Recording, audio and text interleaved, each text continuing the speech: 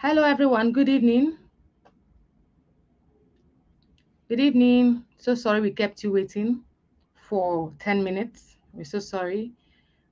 If you can hear me and if you can see me, please type in the comment section that you can hear, you can see me.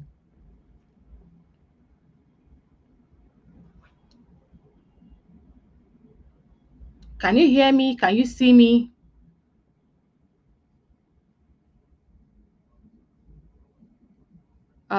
Can you hear me?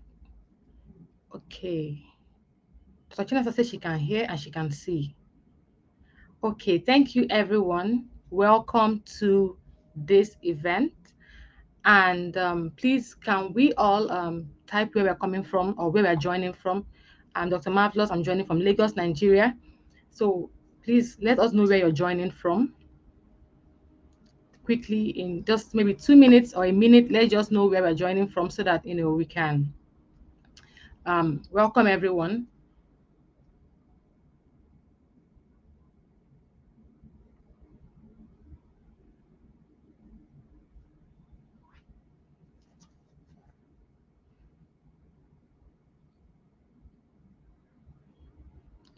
Okay, so Mr. Halilu, I hope I pronounced your name well. Welcome. He's from Kano. He's joining us from Kano. I can see Mr. Evan Promise from Uyo. I can see Dr. Chinasa from Lagos, Nigeria. Okay, thank you. You can hear me. You can see me. I can see Mrs. Evadan from Lagos and Miss Florence from Lagos. Also, we have Lagos representing. We have Toyosi from Ogun State. And we have Mr. Ogunleye from Lagos. We have Mr. SCM from Delta. We have Mrs. Ruth from Lagos. Okay, so we have people from different parts of Nigeria. I just want to say welcome, everyone. Welcome. Thank you for honoring this invite. And I'm sure that we're all going to have an amazing time. Once again, I apologize that we kept you waiting for this long. Just technical glitch. So we're going to start right now. Mr. Ayo, please, can you lead us with the opening prayers?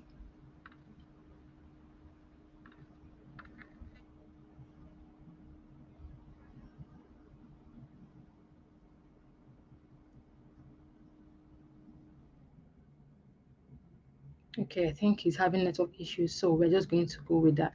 So I'm going to pray. I'm a Christian. I know that we have people here who are not Christians, but just say amen. In Jesus' name, Father, we thank you for this opportunity to come before you. We thank you for your grace, and we pray that for everyone who has come here today, that we would actually achieve our aim. We pray that everything that has been itemized for us to do will go successfully, and we pray that diabetes would never be a problem for everyone who is here and who has loved ones here. In the name of Jesus. Amen. So, as I said earlier, my name is Dr. Marvellous Njoku, and I'm going to be your host for today. And I'm really happy to have you here, to be quite honest, because diabetes is personal to me.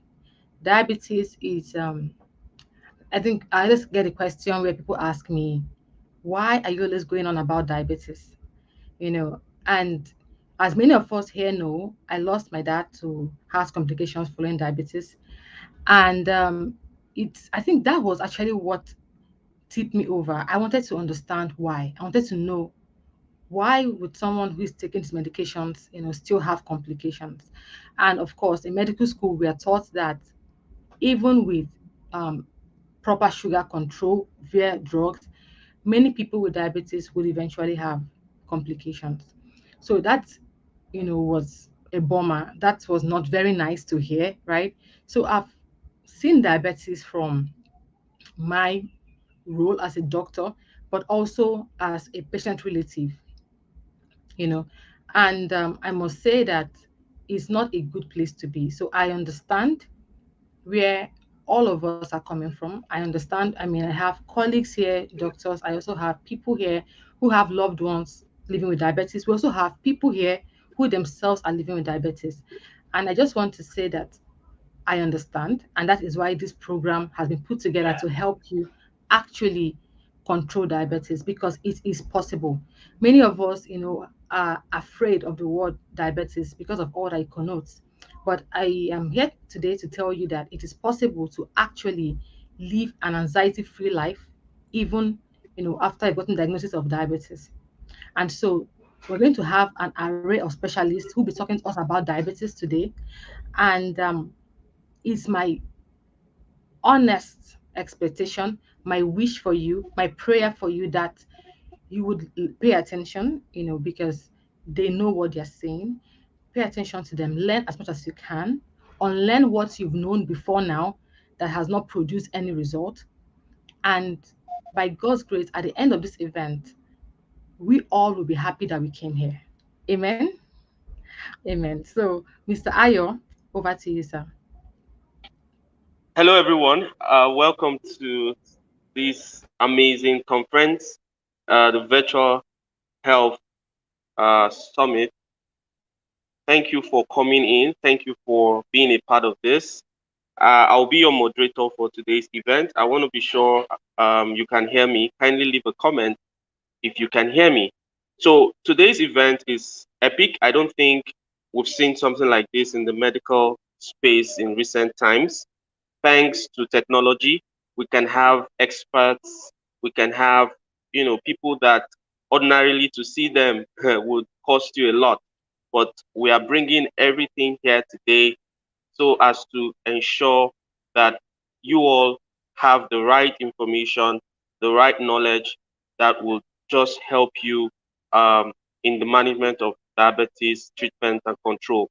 As you've heard Dr. Marvellous say, this is not diabetes is not a death sentence, and I believe by the end of this program you would find a way to fully manage it. So I'm just going to share with us the program of event for today.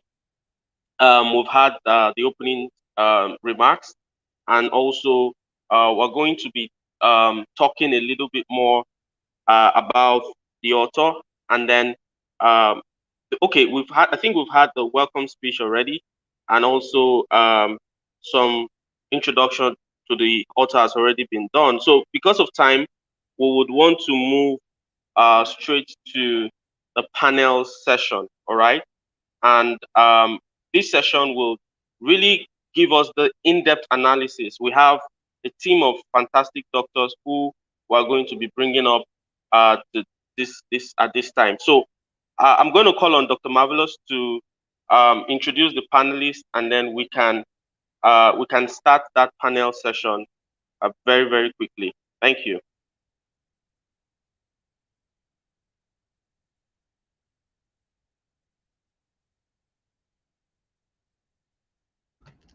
Mr. Essen, please can you put up the slides now for Dr. Chinasa and Dr. Moyo, sorry.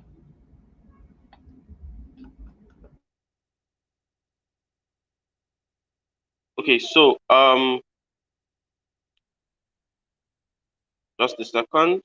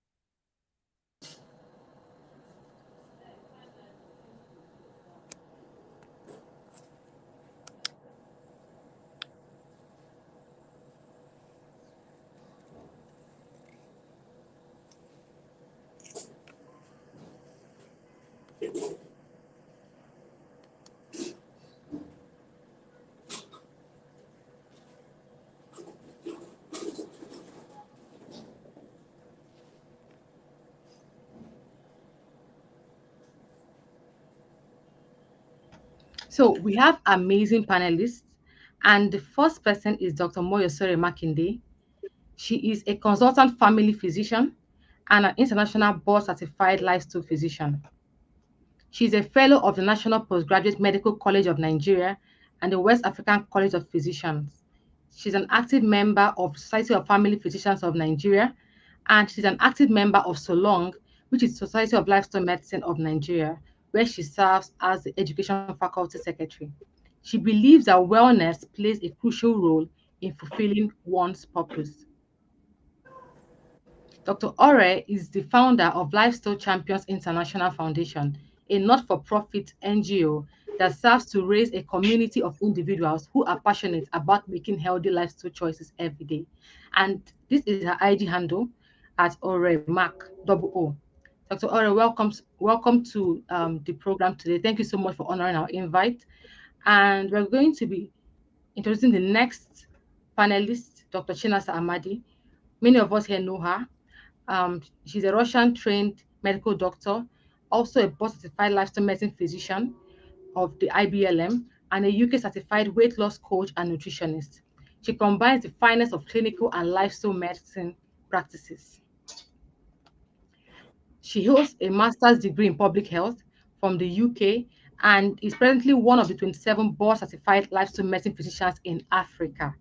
She's a fellow of the African Institute of Public Health Professionals, and Dr. Amadi is passionate about helping her community to adopt healthy choices to live healthy lives. And this passion led her to founding Africa's first digital lifestyle medicine practice, Arela Health Fitness, which has now become the first and only brand to offer an internationally recognized CPD accredited healthy, sorry, I can't see that, um, healthy coaching course in Africa.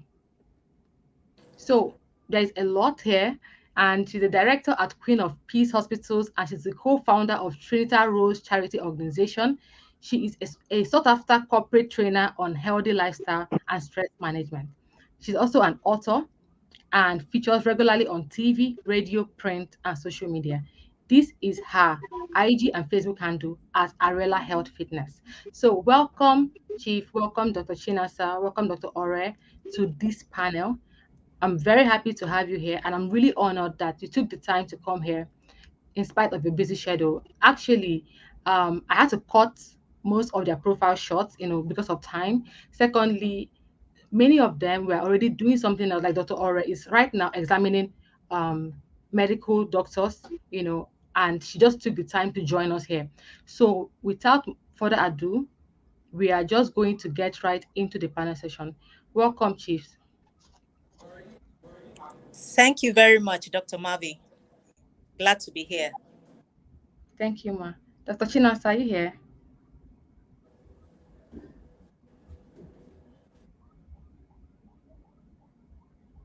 She was here just now. Oh my God, network.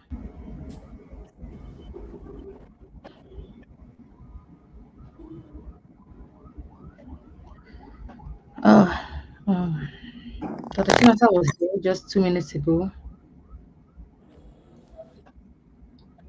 Okay,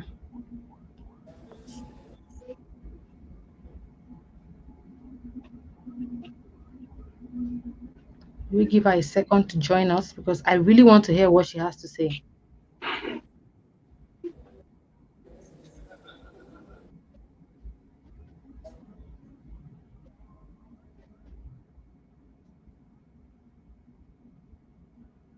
Okay, so Chief, we'll start with you. I have a few questions to ask, and while I ask, and I know you have to get back to the exam that you're hosting, so while we wait for Dr. Chansa to join us, please can you help to shed a little light on the burden of diabetes in Nigeria? Like how, from your experience and from your practice as a family physician and also a lifestyle medicine physician, what would you say is the real problem that we face here?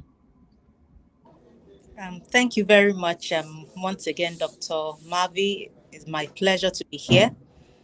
And really talking about diabetes. Diabetes mellitus is just one of the non-communicable diseases across the world that is causing premature deaths. In 2019, the WHO actually came up with these statistics showing that NCDs, that non-communicable diseases, are the leading cause of death globally.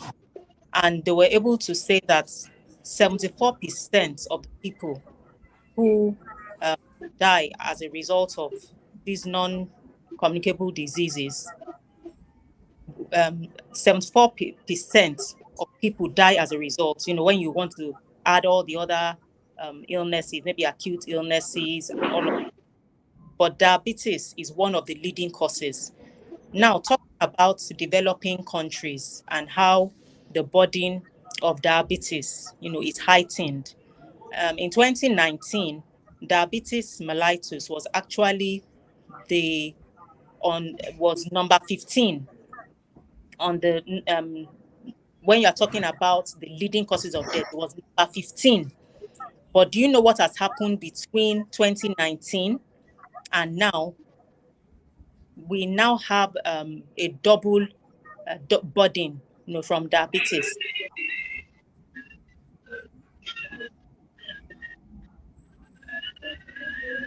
Dr. Ore, can you hear me? Okay, I'm sorry for that. I'm using my phone and a call just came in. So what they have realized is that we now have a double in the burden of diabetes in low and middle income countries.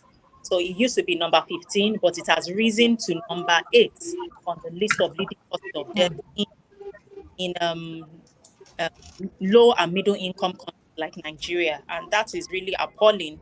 You would expect that with all the interventions that we have a lot of new drugs, um, second and third generation drugs to treat diabetes. You would think that the burden of diabetes should drop, but it's the other way around. Millions of people are being diagnosed with diabetes, and it's not just type 1 diabetes that usually comes, maybe there's a genetic um, side to developing type 1 diabetes, even though we know from studies now that there are certain things that you can even do to reduce your chances of developing type 1 diabetes, such as breastfeeding your baby.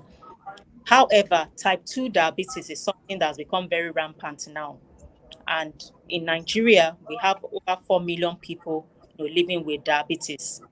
Now, what we're doing to take care of diabetes, is it working or is not working? Well, I would say that um, So I think Dr. Ore has been cut off. Like I said earlier, she's at an exam center, so we have to just bear with her because she's doing us a favor by being here. Dr. Ore, welcome back, ma'am. I'm so sorry. Someone is trying to call because I'm using my phone. All right. So I was just trying to point out that it's not that the conventional drug treatment is not working, but it's not enough to manage diabetes. So if you are just using drugs to manage diabetes, you are opening up a tap, plugging plugging the sink, and allowing the sink to fill and water pouring all over the entire place just because you have not treated the cause of that problem. And so, in order for us to treat diabetes effectively, we must treat the cause of diabetes. And type 2 diabetes is mostly caused by our lifestyle, the choices that we make every day. And I guess I should stop at that for now. But just to say that the Thank you body very much. due to our lifestyle behavior, and it is very high in low and middle income countries where we already have other problems, respiratory diseases, we already have tuberculosis, we have HIV. You now want to add the burden of diabetes to that. We really need to do something about it. Exactly. Thank you so much, Chief. So, like the last thing you said, we are already a people dealing with infectious disease. We've not finished rolling away illnesses that have to do with bacteria and viruses. And then we are now about to lead, the burden, the statistics of diabetes in Africa. We cannot afford to do that because we don't even have the health system to take care of that. Our healthcare system is failing, and if we've not been able to take care of the ones that can be treated with antibiotics, we cannot afford to add even more problems to ourselves. And that's really something everybody needs to know, that this one that is within our power to control. at least do something to control it. So Dr. Chinasa is back, and I'm going to ask her a question. Dr. Eri was talking about how the conventional method of controlling diabetes is not enough. It's not that it's not good, and it's not that it's not good or it's not working, but it's just not enough. So if that is the case, what are we doing wrong? So I like what my chief said about the fact that yes, it is we need to be treating the cause. So I think what our usual medicine has been teaching us is that we have been treating the symptoms when it once it comes on, we address it.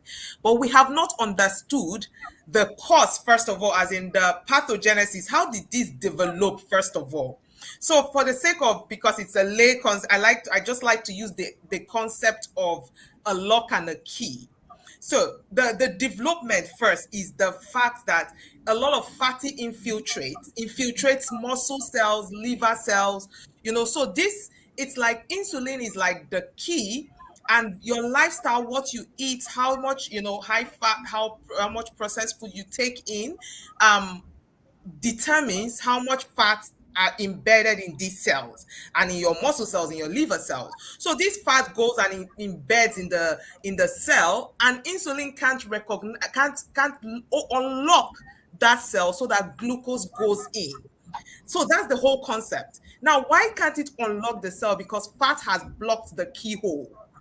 So why don't we, how can we prevent fat from blocking that keyhole? The lifestyle. How are you eating? How are you moving? What are you consuming as per alcohol, and even, how are we even sleeping? So those are things we need to we need to be addressing the lifestyle cost. Yes, there's the thing about big pharma and a lot of there'll be a lot of loss, of course, but then we'll see that there'll be a lot more lives saved once we learn to juxtapose both lifestyle management and conventional management. Most times we just forget, a diabetic patient will say, I can eat anything as long as I take my medicine. I actually had a patient that says, oh, I will double my dose. I will enjoy, I will flex, and I will double my dose. So they look at that as that will just wash away all our sins. That idea. So we have to, first of all, change. We, as practitioners, we have to be telling them, hey, you have to really, it works together. Your lifestyle and the medication. And your medication is not like literally washing your sins away. You have to, it works together. So it's not that it's not working, it's just that we need to apply both together. Okay, thank you very much, Chief. That was really insightful because addressing the cause, will give us better management, and also not focusing on just drugs. Because if it was working 100%, we will not need to do anything extra. So if just drugs or the conventional way of treating diabetes was really working, we won't be having this rise in diabetes. We won't be having this rise in the number of mortalities. We won't be having this rise in the number of complications that result from diabetes. We won't be having any of these if the conventional method of just using drugs, doubling the dose when you eat anything you want, was working. So on that note, we'll go to the second question, or the third question this time, which will be, so when we bring in lifestyle medicine, what are these lifestyle changes exactly? As in give us specific examples, and what they would actually do in real time based on your extensive experience. So I'll ask Dr. Ore. Sorry, don't worry, we'll release you very soon. All right. Thank you very much. So Dr. Chinasa had already made mention of sleep. So studies have shown us that people that don't sleep enough or have adequate restorative sleep, or people who have been chronically deprived of sleep over a certain period of time, they are more predisposed to developing type 2 diabetes. Of course, it doesn't just get to type 2 diabetes immediately. It's going to start with some dysfunction in the hormonal regulation of some of the cells within the body. And in fact, people who don't sleep enough, they find themselves craving for added sugars and things that contain saturated fats during the daytime, and they can't connect it to the fact that they didn't sleep enough at night. But that's just what happens in the background, and they discover that they crave more. They have that craving, for added sugars and saturated fats, and all these play an important role in the etiology of type 2 diabetes. So there is a loss of insulin sensitivity when people don't sleep enough. Of course, they are predisposed to several other um, chronic medical problems. Aside from this, we have exercise. Exercise in itself, has so many benefits, but one outstanding benefit of exercise is that it improves the sensitivity of insulin. And insulin is being produced from the beta cells, the pancreas, and they are able to function adequately. And if someone who is on insulin is given is being given insulin, aside from what the body is producing, and the person is able to exercise and work on their diet, sleep better, you will eventually reduce the dose of insulin that patient will need. In fact, you will reduce reliance on medication. And many times, ones that have been able to control their blood sugar levels by way of their lifestyle modification or those therapeutic lifestyle changes based on the dosage that is really necessary to effect that intervention, you find out that they will need less of the medication. But people are not ready to try that out. They are just interested in drugs. But now people are becoming more and more aware. You don't have to depend on medication, but they need to be supervised. You don't want them to go out on their own. The doctor says I shouldn't drug. Let me just they need proper supervision and coaching through that process so that they can be sure that they're actually therapeutic dose of that lifestyle. And you can be sure that once it's optimal, then they will have improvements in insulin sensitivity and also controlling their blood sugar. Thank you very much, Chief. So there's something that you said that I think everybody should really pay attention to. It's not enough to just know I have to sleep better. It's not enough to know I have to eat right. You need to know to what extent you have to make those changes. You need to know, because just like drugs, lifestyle also has dosing. Okay, so you need to work with your to make sure that you're actually getting the right dose for your ailment at that moment. So we all need to pay attention to this because many people will tell you, "Oh, I'm not eating so and so. I'm not. I'm sleeping well. I'm doing all of these things. Yes, my blood sugar is not being controlled, but." How sure are you that you're doing the right thing? How sure are you that you are doing to the extent to which you have to do for the degree of your own disease? So it is personalized. It has to be personalized. So the last question for the panel before we move on would be Dr. Chinasa, from your experience, and Dr. Ora, please, we talk a little bit about this too before you leave. Dr. Chinasa, from your experience, what difference would empowerment based on knowledge, like awareness, make in the outcome of different patients? So I'm sure you've seen different patients, some are aware, some are not aware. To what would you say is the difference in their outcomes between the empowered patient and the unempowered patient, if I use that word? So just for clarification, that means awareness of the knowledge of lifestyle medicine, yes? So awareness of the disease, awareness of lifestyle changes that they need to make. Okay. So if it's about awareness of the disease, it's, the Nigerians would like to own the sickness. We say, oh, my diabetes. Oh, my diabetes said, my diabetes feels. So if it's about awareness of the disease, yes, they are very aware. Now, awareness of the lifestyle modification they're bound to make, that is where the problem is. Lifestyle modification starts with first a mindset shift. Are they aware that they need to make that mindset shift? Even if they are aware, are they ready to change? That is the first step. So I will not say some people are not aware because from my experience, I've worked with so many clients that are diabetic and they know, but they're not ready to make that shift. They know that doing this will give you this improvement. And just to put it out there, it's important to know that not just sleeping or not just exercising, you don't pick one. You have to do all. They all move together. Exercising, sleep, your diet change, with your accountability partner, with your health coach, whoever, it's your doctor. It's all encompassing. That is when you start seeing the results you seek. So are they aware about this? Maybe they are not extensively aware. Maybe they are, but they are not ready to, somehow it's like, I know the truth, but I don't want to hear the truth. That is the problem. But there's a lot of difference the moment they accept that they are aware. So they know they are aware, or they know about it. Then the acceptance of that awareness, it changes everything. The moment they say, I am ready, I want to be empowered, the whole cost of, it first of all, it reduces risk of complications. It can, your doctor can even reduce your doses, and you're on the road to even remissions for certain people, not everybody. So you have to see the big picture, but you can't see the big, you can't, there's something all these motivational speakers say, is that you cannot feature in a future you have not featured, or something. Featured.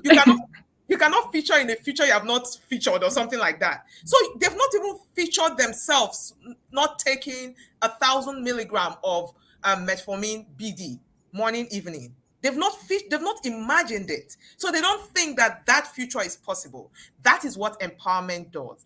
That is what awareness does. That is what the Wow. knowledge does. It makes Wow. you see that future, and you can aim for that future. Wow. It's not, Thank you you don't so have to much. be in bondage. Mm-hmm. Thank you so much. I mean, that I love that the last thing you said, you don't have to be in bondage, because one thing that keeps people in bondage is ignorance. I always liken ignorance. I think the Bible even does likens ignorance to darkness. And when light comes, when knowledge comes, then people are more empowered. People now know what to do, how to do it, and when to do it. And when that happens, there's this freedom that comes, you know, that you don't have to be so anxious. Diabetes comes with fear. There's a fear, when someone says, I have patients who will tell me, please don't tell me I'm diabetic. And I'm like, wait, hold on, right? There's that fear. And it comes because we all know what can happen if it's not properly managed, right? But when there's knowledge, and like as the Chancellor said, when there's acceptance of that knowledge, when people are ready to make the change based on what they know, right? The first thing is you have to know. Second, you have to accept what you've learned and start practicing it. Then there is deliverance. So before we end this panel, I want Dr. Or to say something about this, the role that awareness of lifestyle would help, or rather the role is to play in better outcomes in patients. Please, Chief, just 1 minute before you go. Thank you. All right, thank you so much.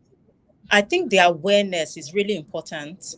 I would like to say that lifestyle medicine is a relatively new subspecialty, not just in Africa, but all over the world. And people are beginning to shift. It's like a paradigm shift. What people were not really aware of before now, they're becoming more and more aware. You can imagine that most people didn't realize that there was a connection between their sleep and their insulin sensitivity.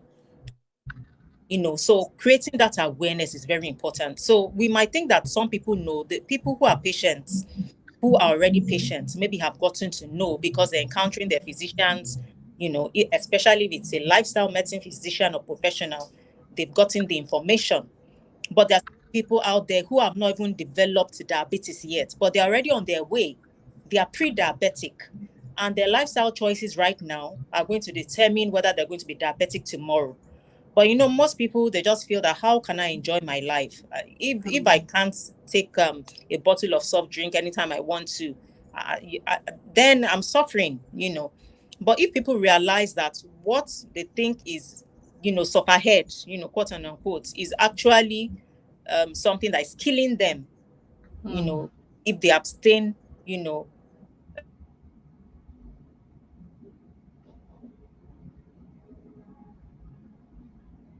if they keep on, taking that thing without mindset change, and they will be to adopt the healthy lifestyle. So just like Dr. Chinasa said, there are different levels of awareness. So they need to know, first of all, that this lifestyle can damage my health. It can damage my genes. And those genes, when they're damaged, you pass it down to your children. Like I saw someone making a comment here that we should let people know that lifestyle change doesn't have anything to do with type 1 diabetes, but that's not true. So you can determine your genes, by your lifestyle, and you can pass down those same genes to your children. And then even aside from that, we have studies that show that you can actually tweak your genes. We call it epigenetics. So the fact that you are Yeah. predisposed to having something does not mean you should let go and say, okay, well, it's in my genes. You can actually tweak it by making those lifestyle changes and reduce your chances of developing a severe disease or complications. So awareness is important. Changing our mindset is important. Spreading the news around to people who are not yet diabetic is very important so that we can reduce the prevalence of this chronic disease that's causing premature death globally. Thank you so much, Dr. Ray. Thank you. I just love what you said about epigenetics. We can change our genes. You can change what you're passing on to your children. You can. It's within your power to do that. There are ways that you can manipulate your gene for good or for bad. And this is science. Okay, so don't think it's just about you. Think about your children. And you cannot just think, oh, it's only type 2 diabetes. Lifestyle affects every single kind of diabetes, even in management. So even when you have type 1 diabetes, lifestyle helps you to control your blood sugar daily. So it's really amazing that you understand this. And for a black person who is at risk, of diabetes ordinarily, you need to understand that whether your blood sugar is high today, you are at risk already of it being high tomorrow. So you need to take into consideration everything that we are saying today. Nigeria at the moment has the highest number of people living with diabetes in Africa. The highest. I mean, why do we like to come first in this kind of things, right? So we have the highest number of people with diabetes in Africa, and it's rising, right? It's really rising. So please, whether you're diabetic or not right now, take into consideration your lifestyle, do something about it, and check your blood sugar often so that you know when something is going wrong. And if you have diabetes, try to take everything we're saying into consideration. In addition to your drugs, please take into account lifestyle measures so that you can better control this blood sugar, and you can reduce your risk of complications because they are terrible when they happen. Thank you so much, Dr. Ore. Thank you so much, Dr. Chinasa. Any last words before we end this panel? Well, I just want to say congratulations to Dr. Marvellous Njoku. We're working together, in the education committee for the Society of Lifestyle Medicine of Nigeria. And she has shown a lot of passion, and a lot of interest in, moving this gospel of lifestyle medicine to as many people as possible. And so we are so impressed. We are so proud of you. And we're so happy about this book launch. We're behind you. So we expect that everyone who is watching here today will take advantage of the knowledge that is in this book. And I know that it's going to do you a lot of good. Congratulations, Dr. Mavi. Thank you so much, Dr. God bless you. Thank you. Dr. Chinasa. Yeah, so my last word will just be a response to Adetola Fashola, who said that healthcare professionals, if healthcare professionals give this lifestyle change information alongside prescription, it goes a long way. Most times they just give prescriptions and that is it. So I want to say to Fashola that it's good that you are here. That is what I think that's what Peter said during the transfiguration. It is good that you are here. So you are here to know that there is more. And this book is telling you that there is more. So we applaud you, yes, of course, from the Society of Lifestyle Medicine. And we applaud you. And Dr. Mavi is a board certified lifestyle medicine physician. So she's not basic.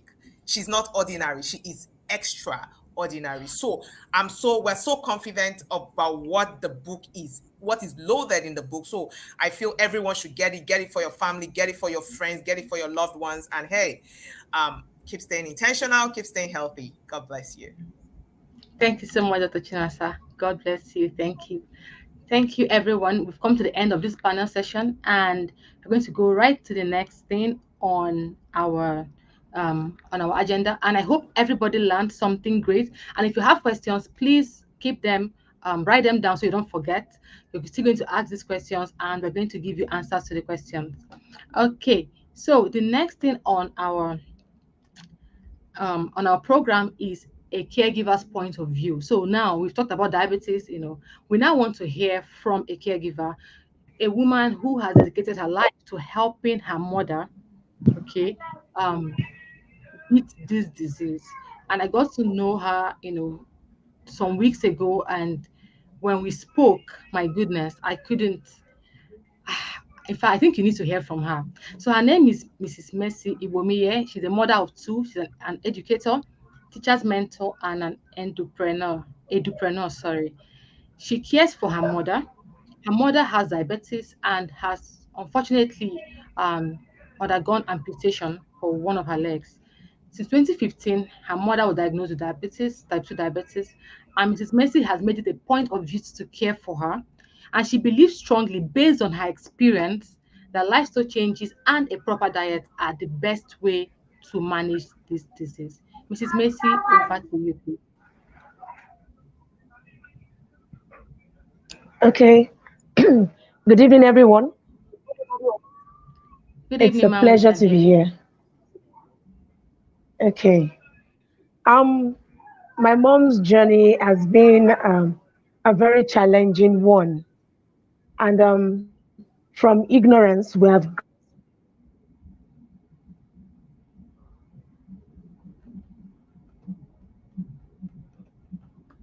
Oh, wow. I think we're having network problems.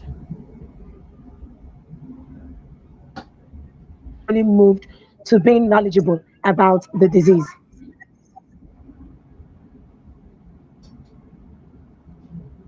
Please, can we hear Mrs. Mercy?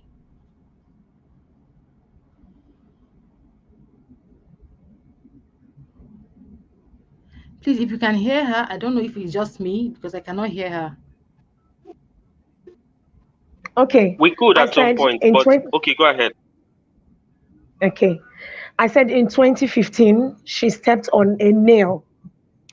And as a result of that, because we lacked the right information, we went to a general practitioner in my area, an hospital actually, and we were not given the right information about how to go about a diabetic foot injury.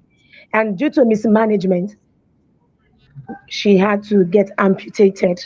And ever since, it has been a challenge while waiting for the sore to heal, getting the right prosthetics, making her learn to walk using the right prosthetics, lifestyle changes, denial, coming to terms with a reality.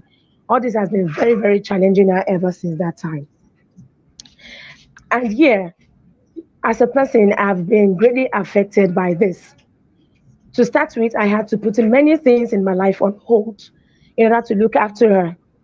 I had to defer so many plans, and for her to coming to terms with the fact that she has to depend on drugs every day for the rest of her life, realizing that there are certain foods that she can no longer eat, and coming to terms with her new appearance.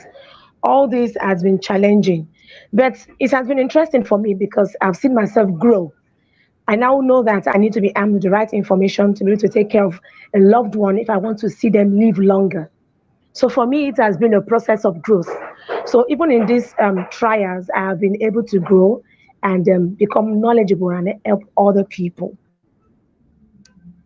And if you want to look at how changes in lifestyle has helped her, of course it has. Now I do tell people that the best kind of diet is the diabetic diet. I've joined the school of thought where you need to eat more greens, take more organic food, consume foods that are rich in antioxidants. And that is why, even in my own immediate family with my kids, I'm beginning to show them how to live healthier lives, cut down the sweet tooth because my mom had one and still has a sweet tooth. And I know with enlightenment, gradually she's beginning to leave that. So lifestyle changes. Yeah, she's diabetic. I've gotten this stationary bike for her, encourage her to do more exercises. Even though she complains of nerve pain, I take part in the exercises and encourage her to do more exercises. Hello, can you hear me? Yes, I can hear you. Please, If you're in the comment section and you can hear her, please let us know that you can hear her. I've been hearing you, ma'am. Okay. And for me, I think the most important factor a person living with diabetes needs to correct it is being armed with the right knowledge. Ignorance costs us a foot. So as soon as somebody is being diagnosed with a chronic disease, every member of the family plus the patient need to start getting the right knowledge they need. Network with people, because I do go online, network with people. I came across Dr. Marvellous.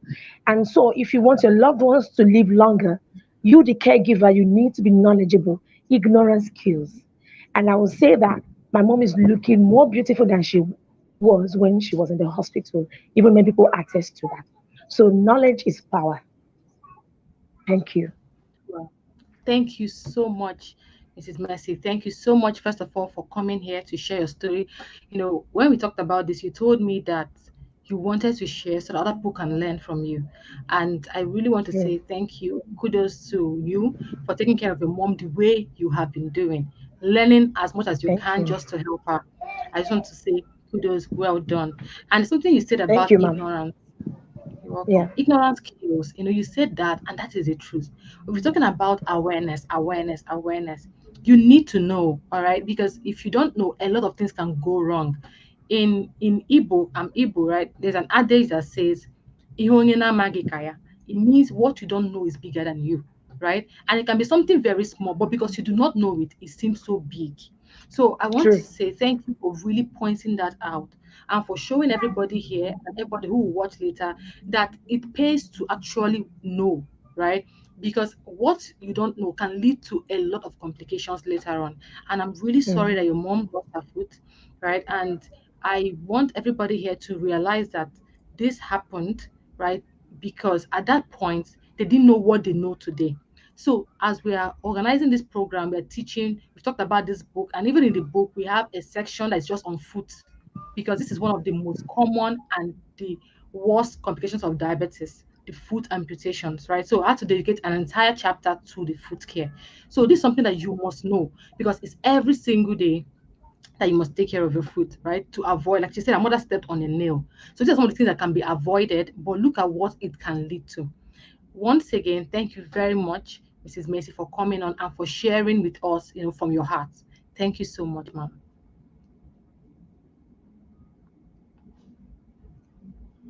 Okay, so the next thing on our program is we're going to be calling on our guest speaker. Oh my God, I need to read his profile. So first of all, everybody, can we appreciate Mrs. Mercy in the comment section? Can we just thank her for coming? Can we appreciate her hard work?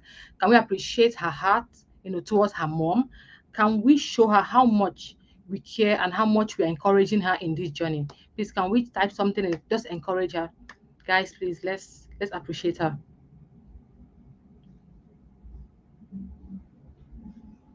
And while we are doing that, we're going to bring on our guest speaker. He also wrote the forward for this book. And, he's special. He's a consultant endocrinologist. But when I need to say, I need to say this. Before now, our idea of consultants were scary people, right? People who scared you when we were younger doctors or when we were students. But I found out that Nigeria has a new set of consultants. These consultants actually care about you. They care about their younger doctors. They care about your process. They care about you, becoming all that God has made you to be. They care about you reaching out to people and they want to help you, they want to support you. And I really personally, especially, I want to comment and say thank you to Dr. Kristen for being here and for writing the forward of this book. So let's read a little bit about him. He's a consultant endocrinologist, which means that he deals with diabetes and other illnesses that have to do with endocrinology. With 5 years of specialist experience and 13 years of clinical practice, he got his medical degree from University of Benin, and he had a residency in endocrinology, diabetes, and metabolism. So he is a guru in diabetes. He's a guru, like. and he's a fellow of the Medical College of Physicians with a specialty in endocrinology, diabetes, and metabolism. He is an associate member of the Royal College of Physicians of London and a professional member of the European Society of Cardiology, which is the heart. His research interests are diabetes mellitus, thyroid disorders, and endocrine disorders of blood origin. He has been a principal investigator in several clinical studies, like, well, he has published several papers. He's a peer reviewer in several journals. He's married with children. Please let us welcome Dr. Kristen to this program. Chief, over to you, sir. Thank you very much, Dr. Njoku. Thank you very much for the very wonderful intro. And also, I want to commend you for what you are doing. It's when you do things with a passion that even though it is to see if we could salvage your relatives, but at the end, it's for the general good of people. That's the way God always blesses you. And I know that the course you've taken, it will really bring not just glory to your name, but also reward from God for helping this particular subset of individuals. As Dr. Njoku has said, just, I'll give you my profile. Dr. Njoku also informed me about time constraints, so I wanted to be quite exhaustive, and also, but I haven't heard from what some of the panelists have discussed, which is part of what I want to discuss about. There's no need to re-emphasize them. Um, but my talk will just be on to discuss about diabetes mellitus, which is our discussion of today. Now, many people just think diabetes mellitus is just increase in blood sugar, but the truth is that the increase in blood sugar is a sign of a problem. It is not the blood sugar that is a problem. Anytime you eat, once the food is digested, your blood sugar will go up. So that blood sugar went up is not the disease.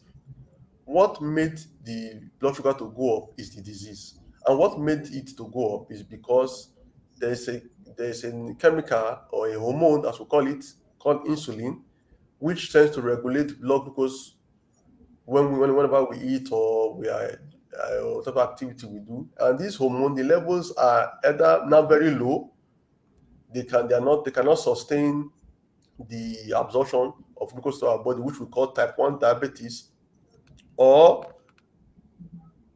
the insulin is there, but your body is not responding to it anymore, which we call insulin resistance. And that is what we call type 2 diabetes. So diabetes actually has two broad groups: type 1 diabetes mellitus, where the insulin levels are so low in the body that it cannot sustain the control of blood glucose. So the person will just take a cube of sugar, and the blood glucose will go up to 20. Meanwhile, if it was there in the body, it would have just been like 5 millimoles per liter. Then type 2 diabetes, where the insulin is there, but for one reason or the other, the body is not responding to to insulin, as if insulin is there, but the body doesn't know it's there. And so it's as if everything's on its own. And whenever we do, especially when we eat, our blood glucose goes very high. Now, the International Diabetes Federation, we economists, we belong to one group called International Diabetes Federation, and we always hold our annual meetings. And the last meeting we had last year actually gave us some scary results. It was projected that 435 million people will be diabetic by 2020, that is next year. But now, from the projections, by 2030, it will be close to 600 million, which is quite high. Now, why it's high for us is because it's not only, as I said, it's not just the sugar. If sugar continues to stay in the body, it leads to problems. And that is why we are worried. Now, what the International Diabetes Federation also told us is that while diabetes may be reducing in terms of its prevalence, there are people who are getting diabetic, while the number may be reducing in the developed world, which used to be they used to lead the UK, US, Canada, Middle East, they used to lead. But now they are now telling us that we, the low-income countries, Africa and parts of South America, will now be the one that will be driving the diabetic burden. In fact, it is now said that by 2030, 1 in 2 in Africans will be having diabetes, which means if you see two people on the street, one of them will be diabetic. It is quite scary. Now, what they are talking more is what we call undiagnosed diabetes, and that is what I want to really emphasize on. Many Africans, Nigerians inclusive, we don't know we have diabetes, and that is what that lady just talked about. The mother didn't know that she was diabetic. If not, stepping on the foot, of course, it should have raised eyebrows, but she just felt, it's a normal puncture wound. I should get better. The highest number of people who don't know they're diabetics are living in Africa. And unfortunately, as someone earlier said, Nigeria has the highest number of diabetics in Africa. The highest number of people who don't know they're diabetics are in Nigeria. It used to be Reunion Island. Reunion Island is an island near Madagascar, but now we have the highest number. And the problem with that is that if you look at the name, undiagnosed, many people is, unfortunately, our health seeking behavior is until something knocks us down before we go to the hospital. That's the Nigerian mentality. This is a key African man. So we will continue to hustle, to do until something brings us down. We don't go to the hospital. So you can imagine somebody is living with high glucose for 2, 3, 4 years, 5 years, doesn't know. Then one day develops diabetic foot. He won't even know it as this happened to this lady's mother. And before you know it, you have amputation. Before you know it, you have blindness. You have a myocardial infarction, heart attack. You have a stroke. In fact, stroke is becoming an epidemic in my practice in First Trust of Gombe. Most of the time, they are diabetic. Stroke is an epidemic. There's no call where we don't admit somebody with stroke, and it's coming in prime time, 55, 60, when people are just trying to retire, and the drivers are diabetic. So these complications are the problems that the ones that will now increase the cost of care. But Nigeria, we are not really ready.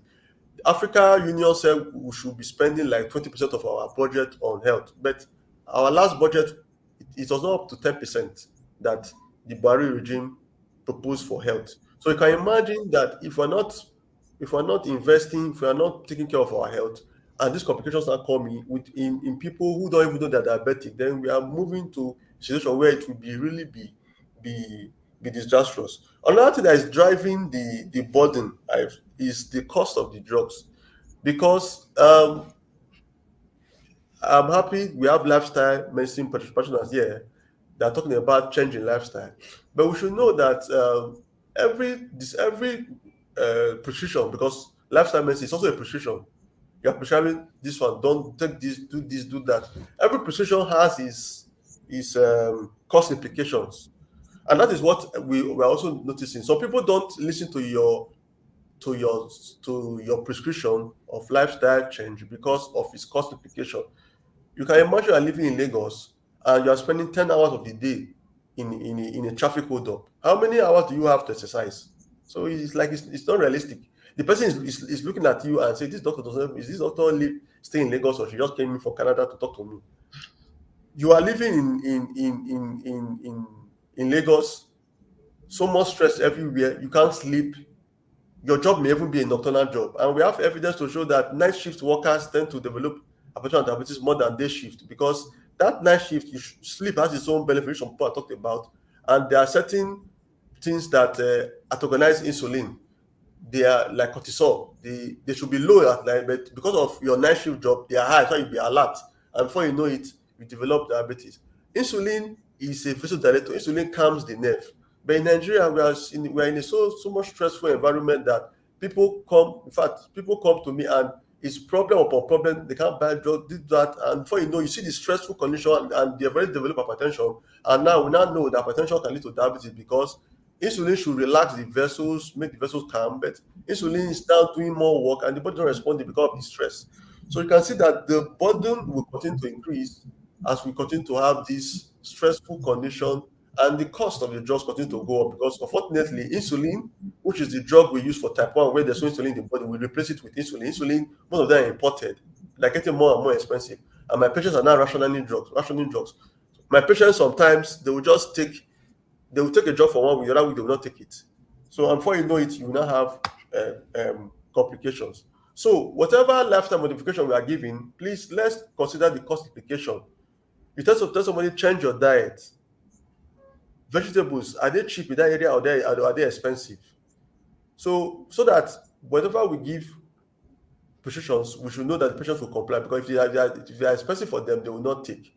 which also brings me to drugs. So it's not as if drugs are bad, but unfortunately in Nigeria, because of quality of drugs and cost of drugs, they're not taking it that much. I don't want our patients to now think that just exercising alone will now lead to the miracle. They should know that everything goes line, everything works in tandem. Like in for endocrinologists, lifestyle is number one. We always preach it, lifestyle modification before the drug. But now we're not seeing that lifestyle they will follow, but they don't take the drugs, and unfortunately, we end up that we're not getting optimal control, and we don't want the complications because these are the ones. This is what causes more cost to the family: stroke, heart attack, kidney failure, and amputations. These are drivers that can wreck if a family. Which now brings me finally to what Dr. Njoku is doing with this book, which she has published. Our healthcare system is collapsed.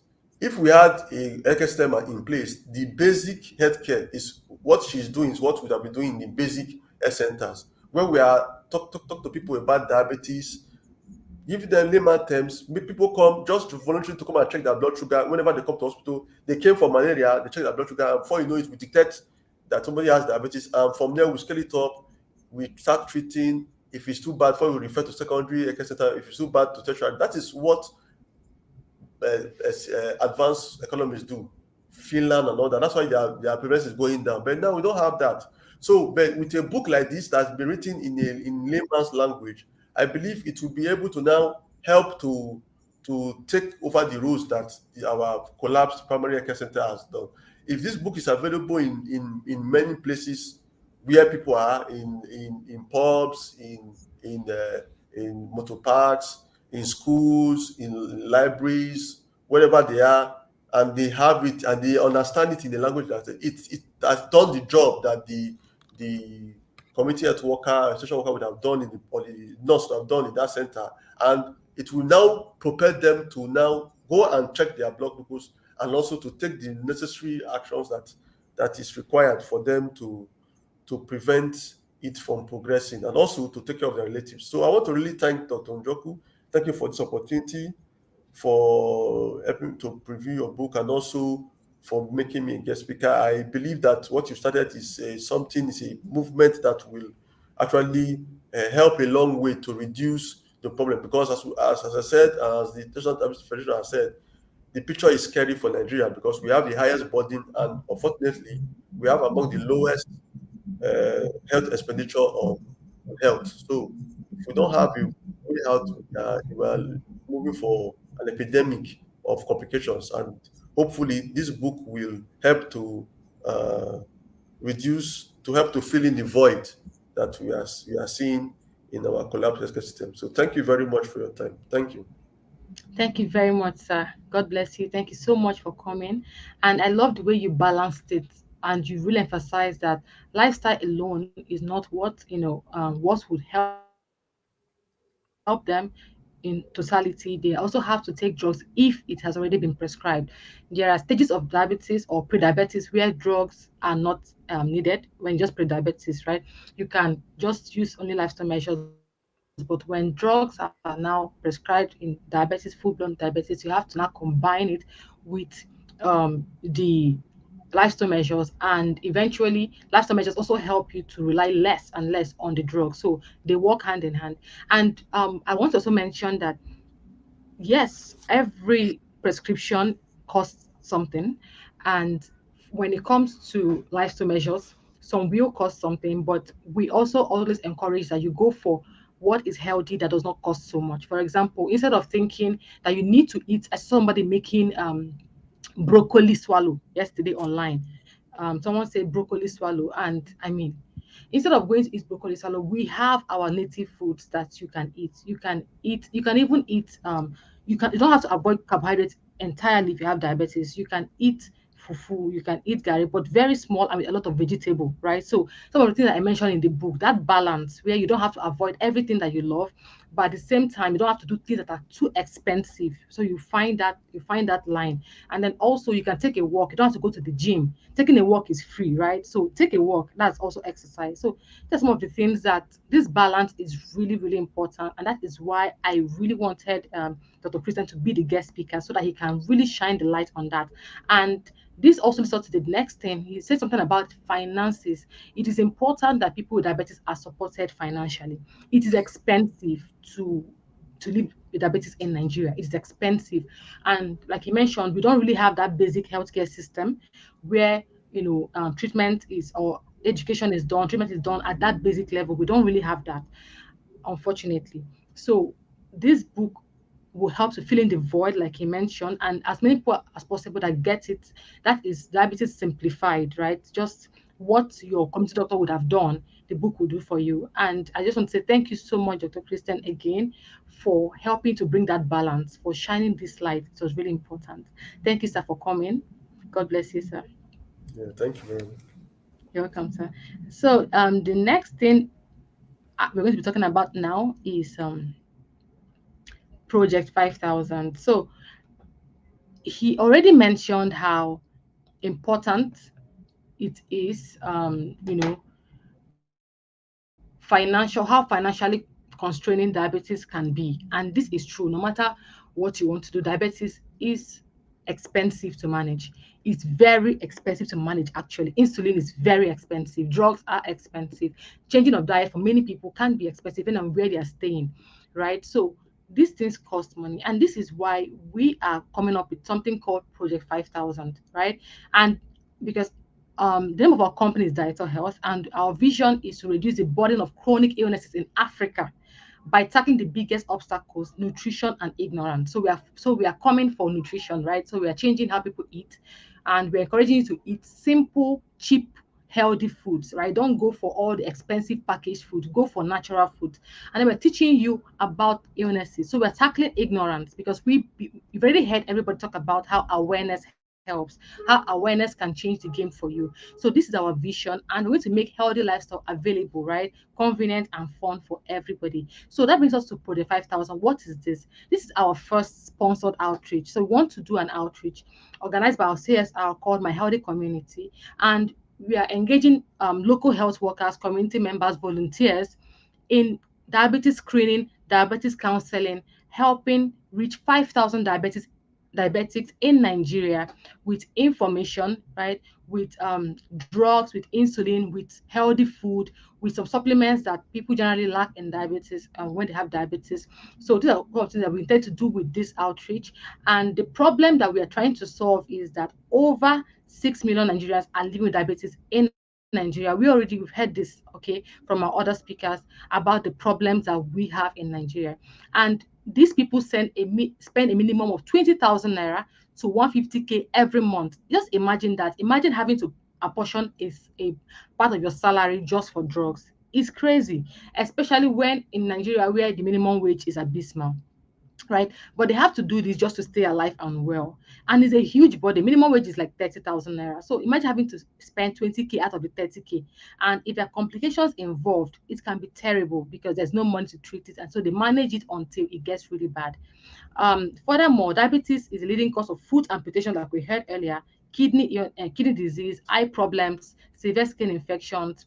And this is compounded mostly due to ignorance. We've said this several times here: poor access to healthcare and our crumbling healthcare, neglect, poverty resulting in poor blood sugar control and uncontrollable disease. These are real problems, right? So we seek to supply, like Dr. Christian mentioned about how people need to get this book everywhere. So we need to get this book to as many people as possible.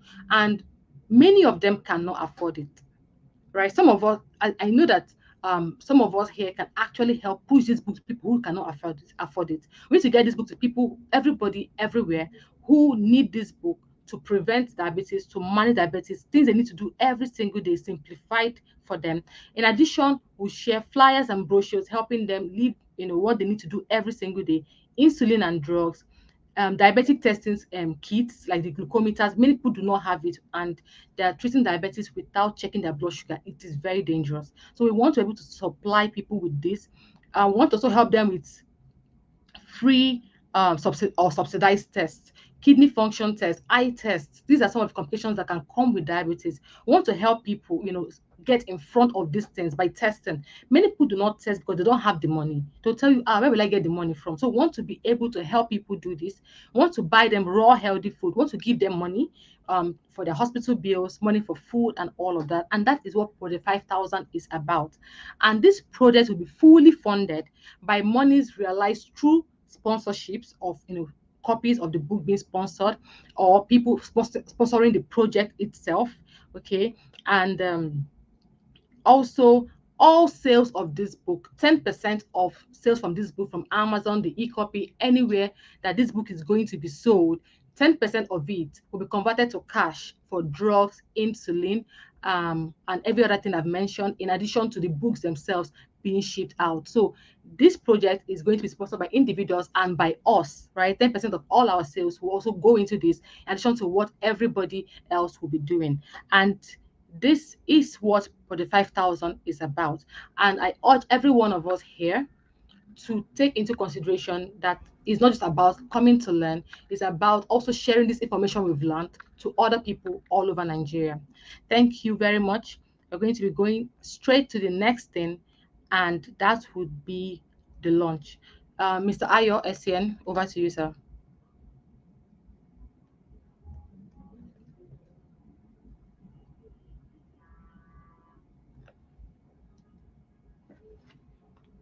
So while we're waiting for him, we are going to call on our chief launcher. He's going to say something to us. He's going to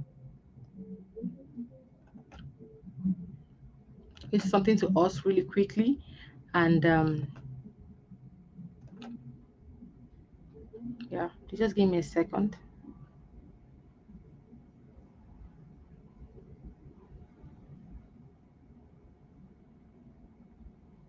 Okay, so we're going to hear from our chief launcher, and his name is Mr. Tim Akawo. And oh my goodness, he's one of the people who has had the greatest impact on my life. And he can be described as being multifaceted, multidimensional. He's an investor, an entrepreneur, an author, a mentor, a philanthropist, a career coach, a high sought after public speaker. You need to hear him speak. You need to read his writings. They're amazing. He's the founder CEO of New Horizons Nigeria, the largest Nigerian ICT training institute, which is a franchisee of New Horizons International, the world's #1 ICT training institute, with a head office in California and offices in 90 countries of the world. He's the president of One Africa Initiatives, which is an NGO, and is is on the board of over a dozen institutions, including the Nigerian and American Chamber of Commerce. He's also chairman of the African Food and Product Exhibition of Committee of NSCC. He's the chairman Winnie Group Incorporated, which is a leading cybersecurity solutions company. He's a chairman New Planets 9 to 13, a major player in the tourism industry. Chairman Knowledge Hub 365, an education platform. Chairman Ivy Tech Global Services, a hardware company. And like I said earlier, OAI is an NGO fostering integration between continental Africans and Africans in the diaspora to bring about a positive transformation of the continent. So he's really interested in bringing together Africans in Africa and Africans abroad and causing this synergy so that we can help each other push Africa forward. I've never seen anybody more passionate about Africa than him. He's also founder of Fabao, a mentoring platform where he mentors young people from over 50 African countries around the world, offering career advice, investments advice, leadership training, governance, policy making, and so on. He's a writer and author. And together, please, let us welcome Mr. Tim Akawo.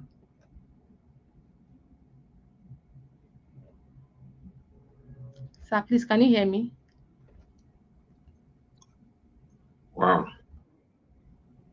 Can you hear me? Yes, sir, we can hear you. Thank you very much. Actually, my internet went off when you are doing the profile, so I have to switch on to my telephone handset. Good evening, everyone. Good evening, I'm sir. happy to be here and I've listened to all the presenters, and I want to thank Dr. Marvellous Njoku for this initiative. Before I go ahead, I think I would like to add something to her name from today. I would like to call her Dr. Evangelist Marvellous Njoku. Evangelist because she's been at the vanguard of a lifestyle medicine. Since I've known her, she's so passionate about lifestyle, and anything you are so passionate about and you preach it to everybody, then you become an evangelist. So thank you so much for the good work you are doing, Dr. Evangelist Marvellous Njoku. It's interesting listening to you today, and also it's interesting listening to our guest speaker and all the former presenters. For me, I have a personal experience, not personal, but the fellow I love most in the whole of this world, she had diabetes. She was diabetic before she passed on to glory at the age of 82 or 84. That was my mom. So it started like a joke, and she started going to the hospital, coming out, going to the hospital, coming out, and she was in that position for about 4 or 5 years. She managed the situation for about 5 years, and eventually she passed on to glory about 11 years ago. So when this evening they told me about this, I know that I have to be here and I have to listen very well. And I've actually listened very well. Some of the things I'm taking home here is that our lifestyle is very crucial. And the second thing I'm taking home is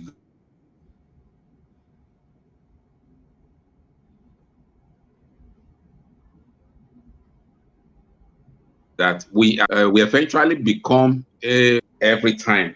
And the other speaker also told me something that I wrote down, that we have to make living or staying intentional, that we have to be intentional while in everything we do. So why are we doing this? If I have to take a bottle of Coke, why are we doing that? And if I know Coke is not good for me, it has to be intentional, so that there is nothing we can achieve so much by being reckless about our lifestyle.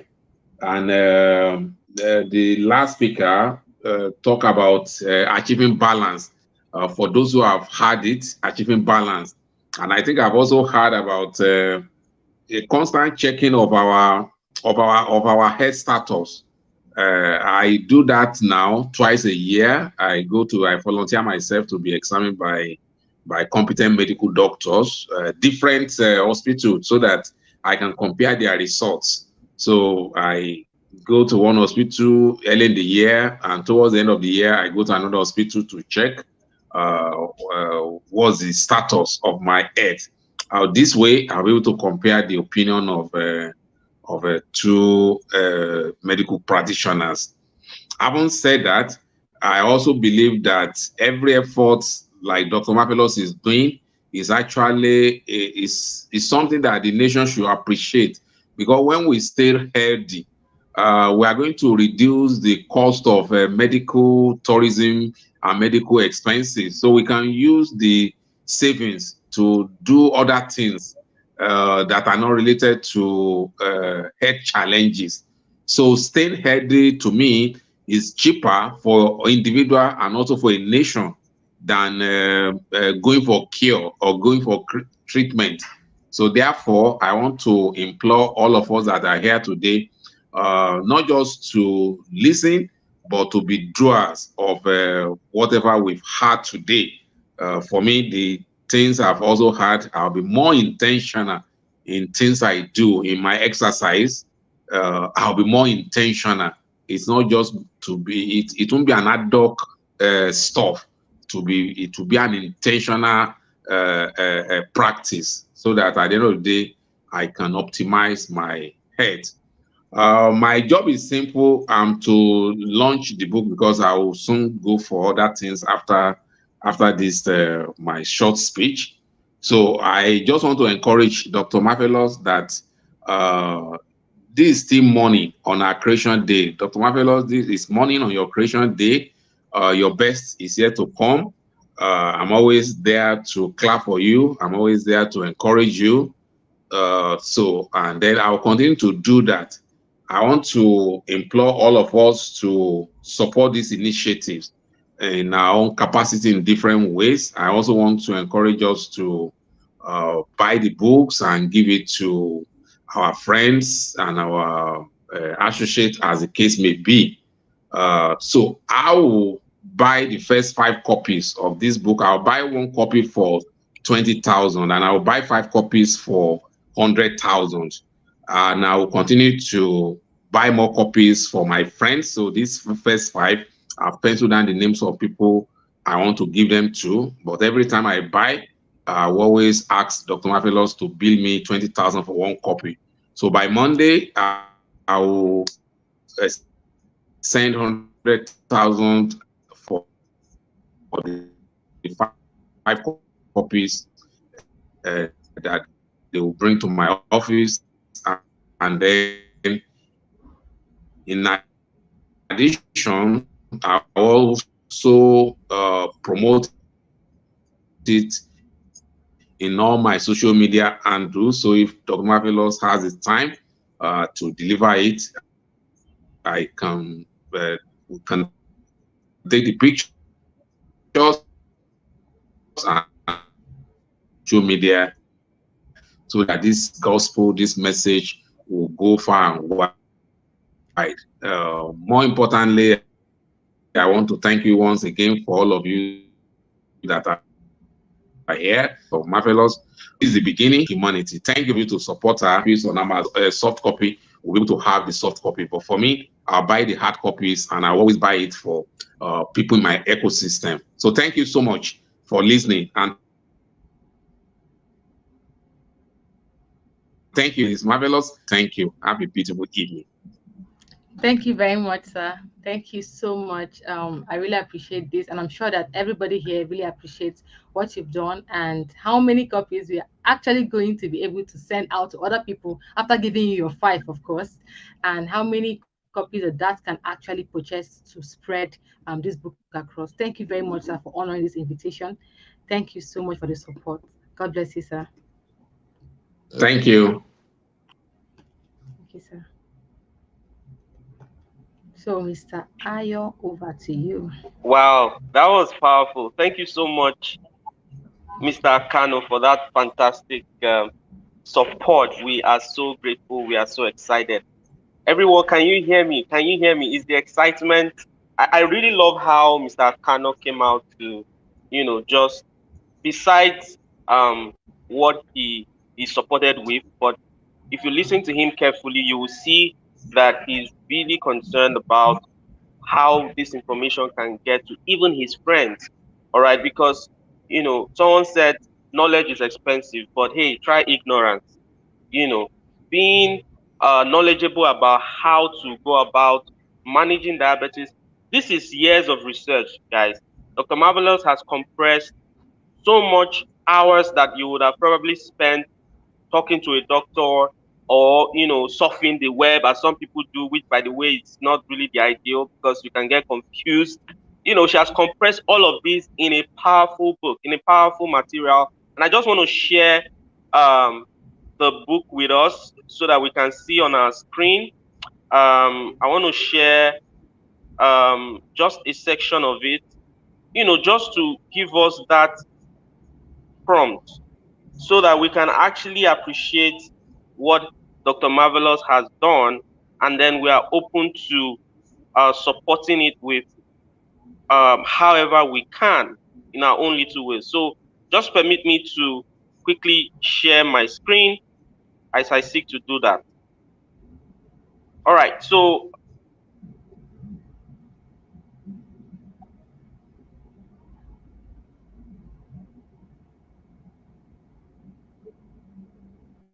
oh, I can't seem to see my screen.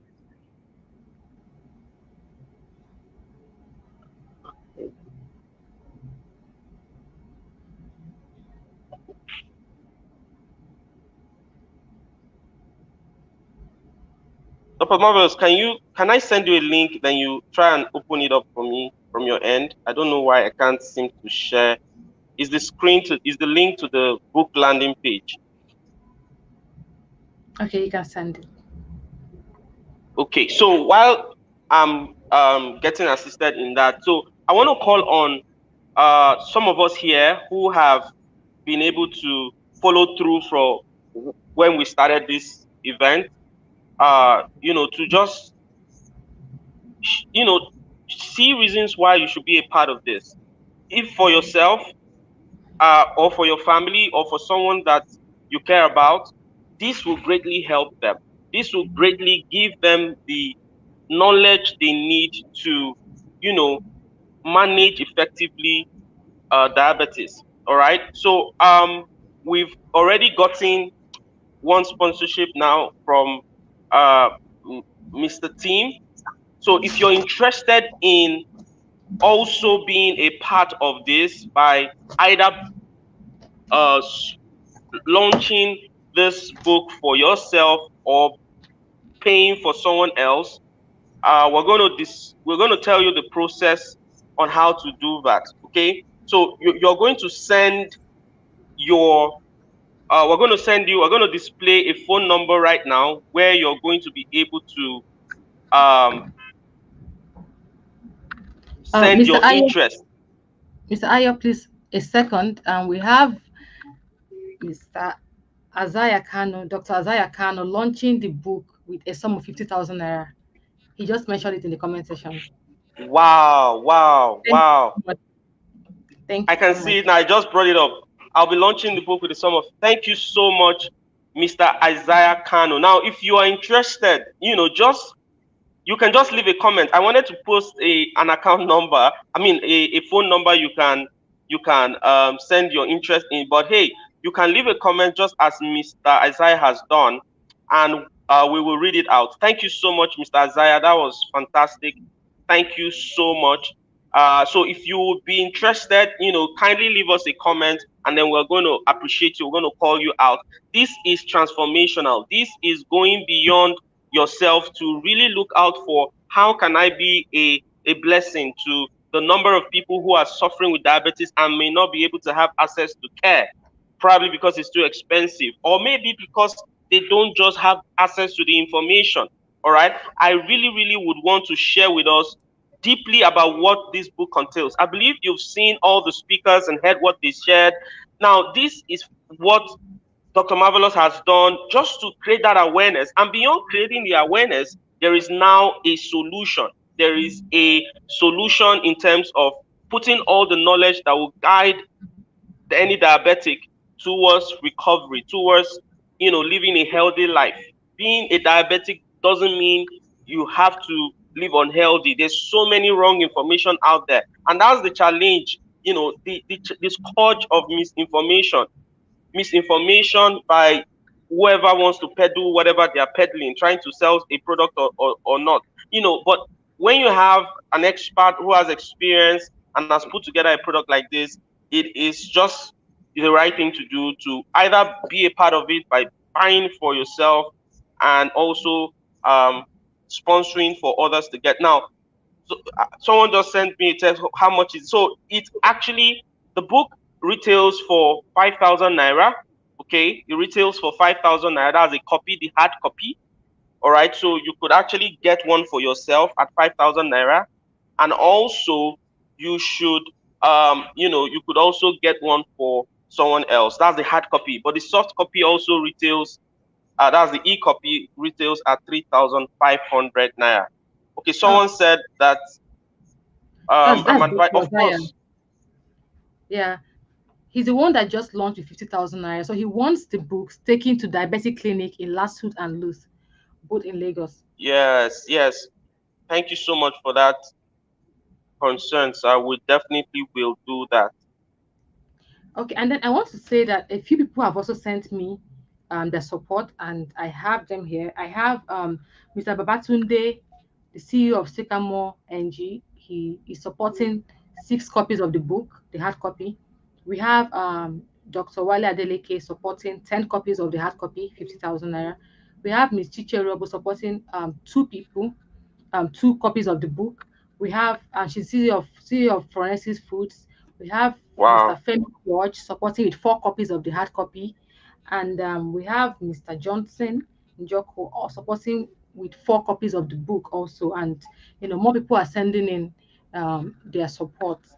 So I just want to say that it's not just about, I mean, buy for yourself by all means, right? But the 5,000 is about reaching out to other people with not just the books, but with cash, with Yeah. insulin, with bread, and so on. So even after now, all right, so this is the account number. I can take a screenshot of it to send your support. Just write what you want, all right?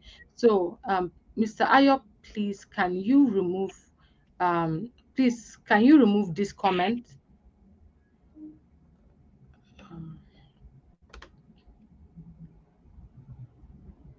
yeah. Okay. I've done that. Okay, so I wanted them to see the phone number that they can reach out to. Can you find that? That was there just now. So take a screenshot of the account number, reach out to us, reach out to me, say you want to be part of this, and give your instructions as to where you want the book taken to.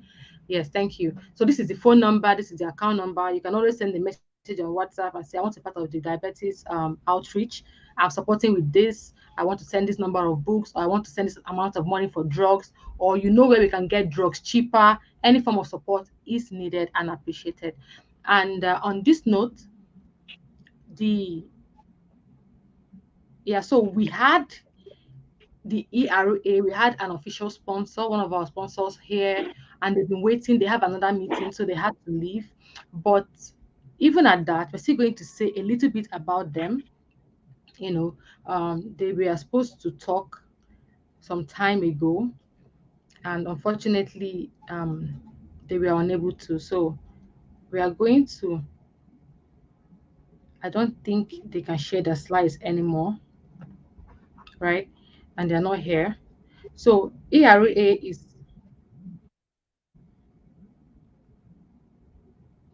So ERA is Emergency Response Africa, and what they do basically is ambulance. They help transport people who are in emergencies, which we know can happen in diabetes and in other conditions, and they can help transport them to the hospitals. They also provide first aid.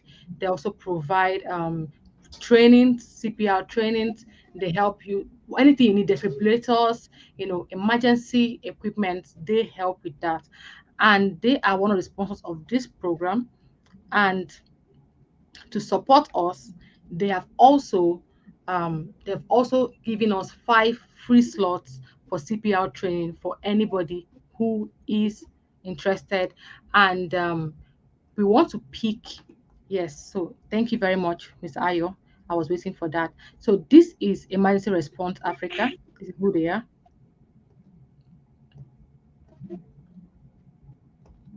So they are giving us 5 free first aid training courses, and we're going to pick from the. If you're interested, kindly state now that you would like to do it, and then we can take you through the rest of the process. Only 5 people can qualify for it, and then they're also sponsoring copies of the book for a medical outreach, and of course, they're giving 10% discount on their products, courtesy of Dietol Health Labs. So if you're interested in getting first aid training, CPR, okay, training, you should reach out to us to take advantage of what ERA is offering us. And you need to know that ERA is a healthcare technology company changing how medical emergencies are managed in Africa. This is one thing that we really need. Most of us do not know who to call or what to do when we have emergencies at home, right? So ERA is here to fill that void by helping to give us emergency equipment, emergency response, emergency immediately you need help. They are right there to help us. So they're building the largest network of first responders, which is something that we do not have in Nigeria. We all know, right? So they are first responders, emergency response vehicles. They have those. They have verified emergency ready hospitals. So not just any kind of hospital. When they pick you, they're taking you to specific hospitals that can handle that emergency across Nigeria. So they have first aid CPR training, which they're giving us 5 free slots for people who are interested from this platform.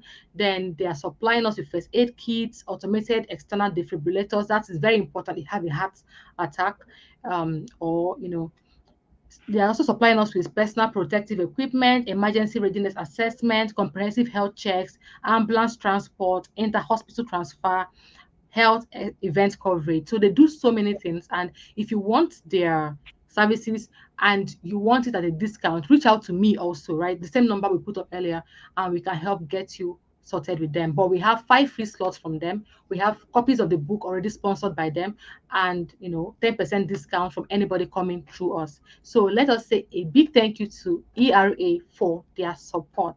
And we have Mrs. Sarah Agi in the comment section launching the book with $100. So, Mr. Ayo, where are you?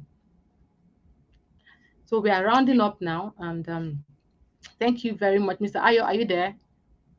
Uh, Mrs. Sarah Agi is launching the book with $100, and I'm ending this slide now. So, okay. Wow.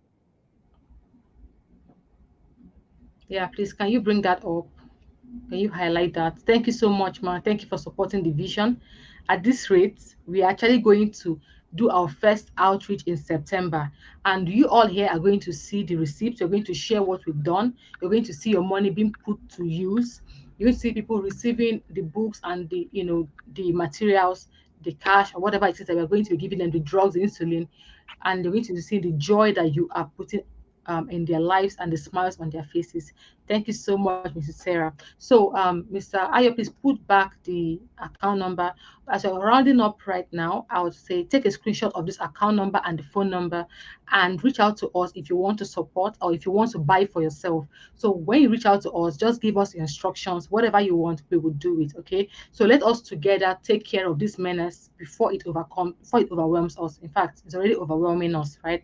So this is very important that we all join hands to push back diabetes as much as possible. So thank you very much for joining. Thank you to everyone who stayed to the end. Thank you to everyone who joined early. Thank you to everyone who shared this link with somebody and who will share the replay link to somebody. Thank you to everyone who will support the okay, that is the link to the landing page of the book, so you can also get this link. And thank you to everyone who will support even after today. Thank you to everyone who will share the information you've learned here to somebody else to help them deal with diabetes. Thank you so much, Mr. Ayo, for co-hosting. Thank you to all our speakers. Thank you to all our launchers. Thank you, everyone. Have a lovely night.